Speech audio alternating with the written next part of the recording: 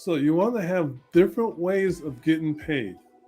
You want to diversify your payment methods where they could pay you more than one way. Via being in person or online or by check or by mail. You need to have different ways out there to get the money coming in. Because sometimes things will go sideways, and we're going to talk about that shortly here in this video. So, backup payment portals.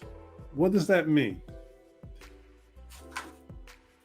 One payment portal that we recommend for everybody is called Square Capital. Okay, Square.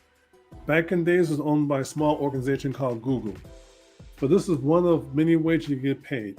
Now, there's different ways of using Square. You may see in different restaurants with a different type of terminal, or it'd be like a little swiper that plugs into your cell phone or your tablet, or they may have something like that themselves. Or it might be some type of little small square white device where you just tap it with your credit card to take the payment. Square is just one of many out there. And right now, folks, I want you to write down these 3 ways of getting paid right now. Number 1 is going to be Square. Number 2 is going to be PayPal. Now, there's pros and cons to both, but hear me out here. Just keep listening and I'll explain the reasons why. So, Square, PayPal, and number 3 is the organization called Stripe. Stripe. Stripe. And there's other ones out there too. We're just going to focus on these 3 right here because these are most of the 3 ones that's well recognized throughout the world. But some countries may not accept them, but in the United States, you're fine. Square, PayPal, and Stripe. Write those down. If you plan to start a fingerprint business, any type of business out there, what you should be doing is signing up for these services. Square, PayPal, and Stripe. It may not make sense now, but it will. It'll help you later on. A few days ago, there was a big issue with people's money. Square, one we just recommended to you though, it was down for a day. And Square is widely used throughout the world. Thousands or probably millions of business owners were affected through Square. We were too. Square had our money someplace in digital land and we couldn't get access to it. We were also unable to receive payments via Square platform. When people schedule appointments online, we had our system linked up with Square. If people want to come to our office and pay us in person, we have these fancy terminals here from Square. Or if they want to pay us online through an invoice, we had it linked up through Square. All right? Which is okay. When things go right, Square pays you pretty fast, and with us, we get paid the same day, and the cash can be available in the account within 24 hours. All depends on your history with Square, and the same thing probably with PayPal too. Now, what did we do? We freaked out. There are certain services out there, we're going to talk about that right now. It's called Daffodil Online Services, where you will have platforms like your online scheduling system. You may have platforms like an online invoicing service you may have, where you can send them an email and they can pay it online. These platforms are linked together with different types of payment providers, payment portal providers, like Square, Stripe, PayPal, for example, or it could be Clover. All depends on what you have.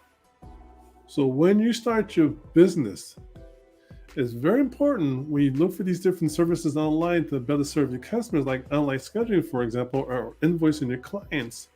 You want to find those tools out there that's able to integrate with more than one payment portal. For example, we have an online scheduling system that integrates with Square and PayPal. And Stripe too, I believe. So when Stripe was down, we were still fine. We just went ahead and logged into the system because we're not messing up our money. If you have online scheduling and you're invoicing your clients and you're involved like we had with Stripe and it was down, not Stripe, but with the Square was down, you should log into the system and convert over to a different payment portal. These are things you should be thinking about when you start your fingerprint business. These are things you should be thinking about if you have a fingerprint business. So we recommend have more than one way of getting paid. Payment portals, Square, Stripe, PayPal, for example. And also we have different online services that integrate with payment where they can pay you for appointments, schedule appointments ahead of time, or they can pay you for your invoice them, or they might pay for certain products or services you might purchase from your office. Find those services that house the capability of using more than one payment processor. If you don't have a business now, start looking around. Okay? Start looking around. So it's a whole course by itself looking for appointment scheduling systems, whole course by itself trying to go the pros and cons of all the payment processes out there. But Square, Stripe, and PayPal are pretty good. Contracts and agreements. Now, when you have a contract, you want them to pay on a regular basis. You might have somebody who'll send the company members over to you or the employees over to you every week for a background check, for fingerprinting, on ink cards or a license device. Or they say, you know what, can we pay you in 10 days once they go by your office? Or can they pay you at the end of the month? I will have you guys hold off on saying yes to that one. This is a very big organization and you got enough cash flow to justify that.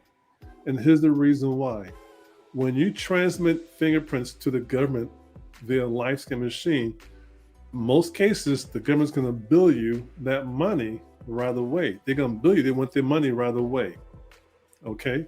Now, for California, they'll bill you the following month. So if this is September right now, next month, they want their money.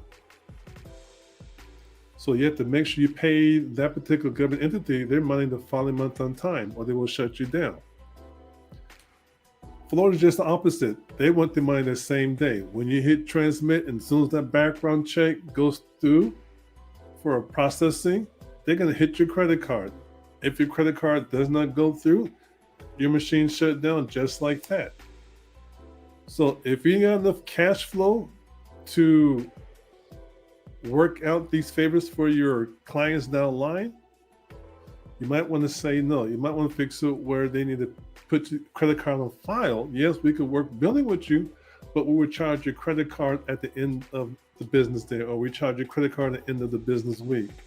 As long as you got enough cash flow or limit on your particular credit card to go through the ups and downs when you wait for them to pay you back. What we don't recommend, and this is from personal experience, are you trying to have a brand new organization who just was 1 day old and they got 30 people that want your fingerprint for mobile services and they want to give you a credit card to pay. And then you go into the office, you already got the fingerprints done, you're about to hit transmit, like, you know what?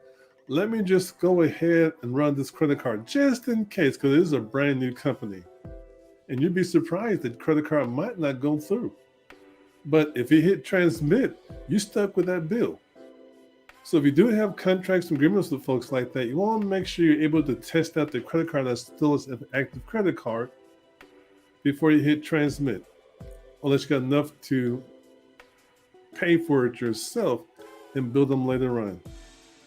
But we do recommend trying not to have them pay at the end of the month. But what if I have a very large group of code through there and you fingerprint them, you hit transmit, because the past couple months they always paid you, but this time they didn't. It's a very large group, more than normal, and they didn't, so now in the month, their credit card didn't go through. You're still stuck with that bill. The government doesn't care yet between your contract and your personal clients. They want their money. So just think about that there down the line. And you should have something in your contract giving you some type of backups to use. If the check doesn't go through, we're going to use your credit card on file. Or you're going to run your credit card on file at the end of the week. Wherever it is, put something in writing, add it to your contract. And we do recommend you should always have some type of credit card information on file. It could be secured inside your credit card service provider. You should have something backed up to protect yourself also. Speaking of protection, Emergency financial protocols. What does that mean? Your backup plan. There are some times where you were trying to get your money. For example, I mentioned earlier a few days ago where Square was down. It was payroll for a lot of folks, and their system is locked up with Square because Square has a checking account and a savings account too, along with the debit card. It has all that with Square. But if you're unable to pull that money out to transfer to a different account to make your payroll or to make those monthly or weekly bills you may have out there, you're in trouble. So you want to plan to have a set aside amount in a different financial institution as the backup plan. You don't have all your eggs in one basket. All right. A lot of people got hurt because of this here with Square a couple of days ago. And it wasn't just Square, I think it was also Cash App. I think it was Cash App too that also took a major hit during the same day. But always have some funds set aside for emergency, not just for plan A. You need to do from plan A, B, C, D, all you can think of. If this doesn't work, you got that. This doesn't work, you got that. One good thing with Square though, even though they were offline, you couldn't verify transactions with their services still. You're able still to take credit card payments and they stay secured in your terminal. And when the system comes back online, then the transactions will go through. That's okay for live scans because you should not transmit out until you know for sure you got paid. But you still are able to take payments on the terminal through Square and let this be an offline mode. But don't hit transmit. Now, if you're a restaurant owner out there, a lot of people are still taking payments through here, but some folks got some free meals because the credit card didn't go through. But always have a backup plan. Another thing you want to do is educate your clients. Let them know why you have a certain type of payment plan. Let them know why you have a certain type of policy where you only do net 10 or net 15 instead of net 30 days on the invoice. Let them know that you prefer them to pay you through ACH if you have an online invoicing versus through a credit card. Explain the reasons why. For us, we use a service called FreshBooks for our accounting system for our online billing is one of the systems that we use. We have backup ones too. And we have the option where the clients could pay us via credit card online or ACH, something like a direct deposit. We are able to turn off to prevent them from paying credit card where they have to go ahead and pay through the checking account directly. And the reason why is less fees for us. Yes, it takes us a little bit longer to get the cash flow into our bank account, but it's less fees. But educate them why the importance is, and also educate them why they should pay you on time and the repercussions if they don't pay you on time. Let them be aware of it. Let them know. I use the word educating the clients lightly. In other words, if you let them walk all over you paying the bill, they're not gonna pay you. If you forget to charge them, they're gonna forget to pay you. They're in there to keep the money as long as they can. You're in to try and get the money from them as quickly as you can. Because if you can't get access to your money, you can't grow your business.